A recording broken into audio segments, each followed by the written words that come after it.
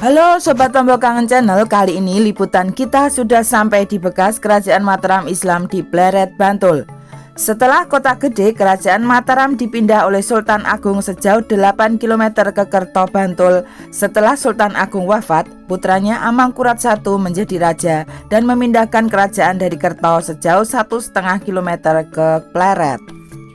Untuk cerita selanjutnya, yuk ikuti perjalanan kami ke situs Keraton Pleret di Bantul. Tapi jangan lupa untuk selalu like dan subscribe di channel ini. Terima kasih.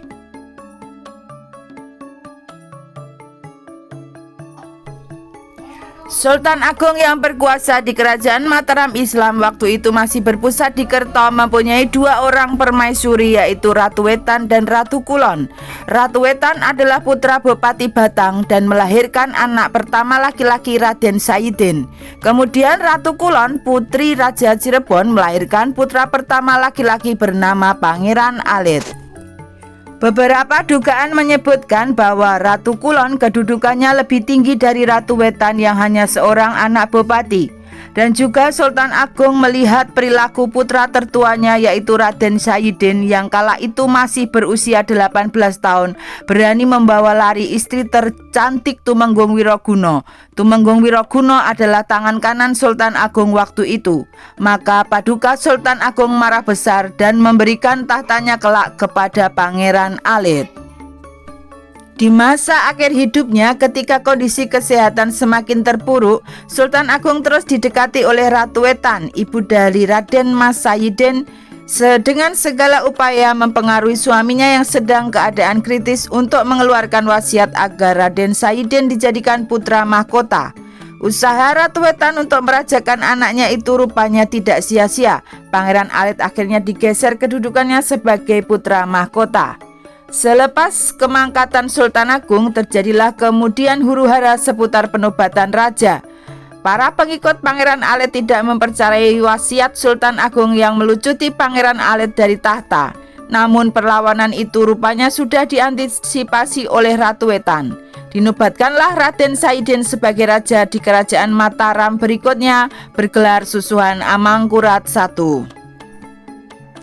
Paduka Susuhan memindahkan keraton dari Kerto ke Pleret, mendirikan istana baru yang lebih megah. Menurut Babat Tanah Jawa, keraton Pleret itu sendiri boleh dikatakan lahir karena ego seorang anak yang tak mau tinggal di tempat kediaman ayahnya. Menurut catatan Belanda yang pernah berkunjung ke Pleret, keraton Pleret adalah kompleks istana dengan dikelilingi parit-parit berisi air. Keraton Pleret, pusat kerajaan Mataram masa Amangkurat I dalam imajinasi historis, boleh jadi merupakan ibu kota Mataram Islam yang paling cantik dibanding masa sebelum dan sesudahnya. Berdasarkan wawancara tim Tombok Kangen Channel bahwa beginilah bentuk Keraton Pleret pada zaman Amangkurat I. Kita mulai dari sini dulu. Di sini adalah Masjid Kauman Pleret. Terus kemudian di sini ada alun-alun. Di sini ada keratonnya. Nah, di sini ada Sumur Gumuling yang sekarang dibuat Museum Pleret. Terus kemudian di belakang Sumur Gumuling itu ada situs Kedaton 1, yaitu ditemukan batu-batu yang diduga adalah dulu adalah Proboyekso. Proboyekso itu adalah tempat menerima tamu sebelum ketemu sama raja. Di belakang situs Kedaton 1 ada situs Kedaton 2. Di situs Kedaton 2 ini adalah ditemukan batu-batu yang dibentuk berupa saluran air. Nah, di sini itu sekarang jalannya adalah terbelah. Di sini sudah banyak toko-toko atau pemukiman penduduk. Di sini ada SMP Pleret. Dan di belakang SMP Pleret itu ditemukan sebuah benteng. Ini dinamakan Situs Kedaton 3. Bentengnya memanjang dengan lebar 2,62 meter. Jadi di sini adalah keratonnya. Diduga keratonnya ya. Terus kemudian di sini ada situs Gunung Kelir, situs Ratu Malang yang pernah kami ulas. Kita langsung mendatangi situs Kedaton 1. Di sini ditemukan pondasi batu bata merah dan putih. Diyakini di sini dulu adalah bagian penting dari keraton, yaitu Proboyekso, tempat untuk menunggu para tamu istana ketika akan menemui raja.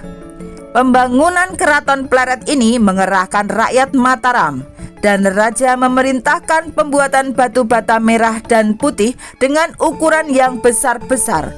Ukurannya 3-4 kali dari batu bata sekarang. Dan setiap batu bata merah yang dihasilkan oleh warga di wilayah tertentu dicirikan dengan guratan-guratan khas sesuai dengan wilayahnya.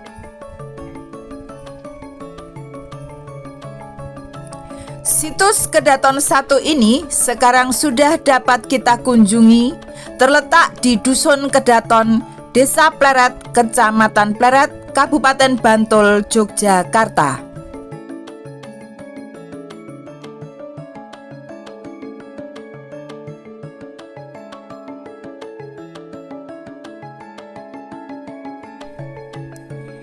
Selanjutnya, tim Tombok Kangen Channel menuju situs Kedaton 2 yang terletak tidak jauh dari situs Kedaton 1, berada di wilayah perkampungan penduduk. Di sini ditemukan saluran air yang terbuat dari batu bata merah, berada di bawah permukaan tanah. Kerajaan dulu digambarkan dikelilingi oleh parit-parit, maka diduga situs ini digunakan untuk pembuangan air menuju luar keraton.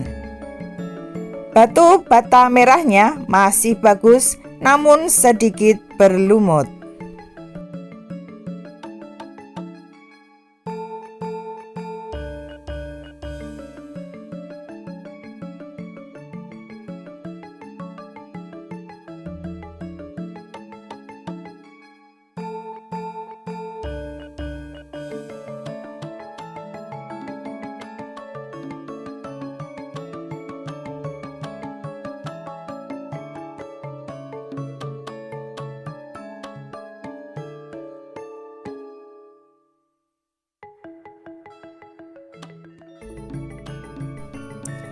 Untuk menuju ke situs Kedaton 3, kami melewati SMP Pleret.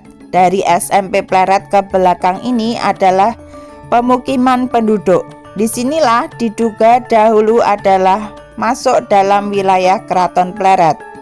Kemudian di depan SMP ini juga diduga adalah alun-alunnya. Kemudian kami sampai di situs Kedaton 3. Dalam situs Kedaton 3 ditemukan batu bata merah di dalam tanah. Diduga inilah pondasi dari benteng Keraton Pleret. Ditemukan dalam tanah jalur dinding tembok yang agak menceng. Dulu benteng dibangun setinggi 5-6 meter dengan lebar tembok sebesar 2,63 meter sebagai benteng pertahanan Keraton Pleret. Berdasarkan informasi warga sekitar, dahulu di tempat ini banyak sekali ditemukan batu bata besar yang berserakan di atas tanah. Kemudian batu-batu ini diambil oleh para warga. Ada yang dijual, ada yang digunakan untuk pembangunan rumah mereka.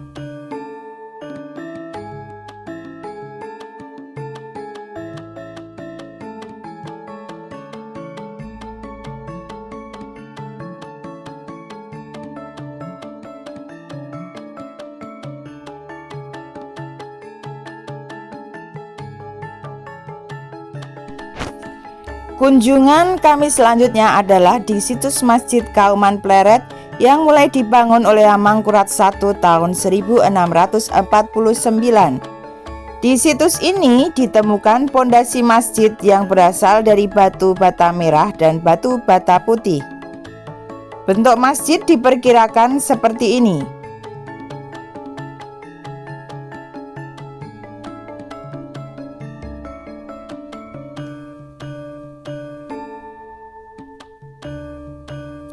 Menurut para peneliti, di masjid ini terdapat batu bata yang paling besar dan paling tebal di antara batu bata yang ditemukan di situs Jawa Timur dan Jawa Tengah. Batu bata besar tersebut ditemukan di pintu masuk masjid. Ini bentuknya, teman.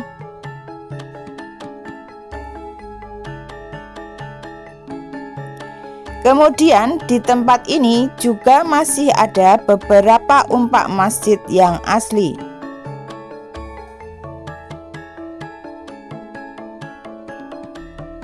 Dan juga dibuatkan umpak dan tiang masjid replika supaya kita bisa menggambarkan masjid zaman itu.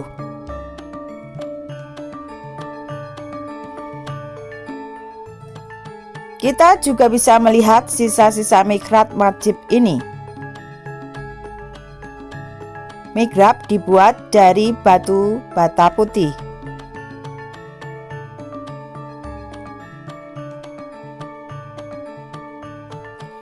Seperti bangunan masjid keraton, di belakang masjid selalu ada makam. Di masjid ini juga terdapat makam.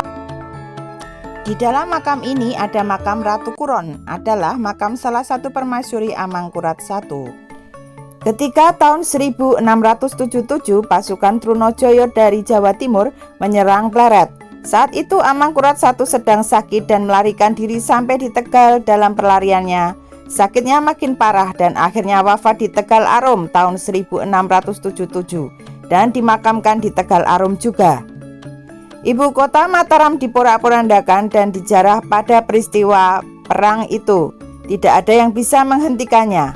Raja pengganti selanjutnya adalah anak Amangkurat I, yaitu Amangkurat II, memindahkan kerajaan dari Pleret ke Kartosuro.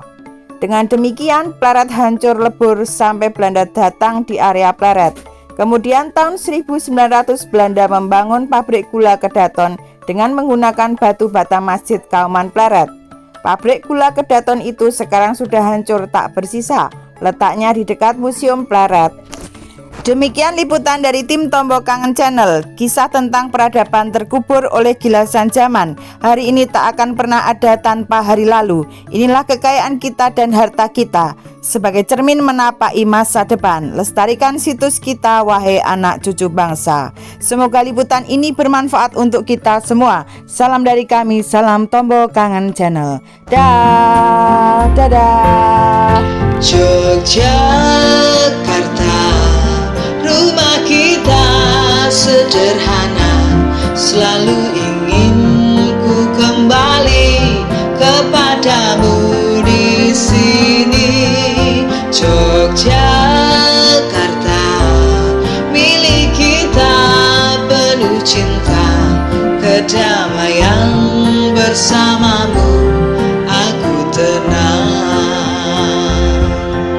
Jogja penuh kedamaian.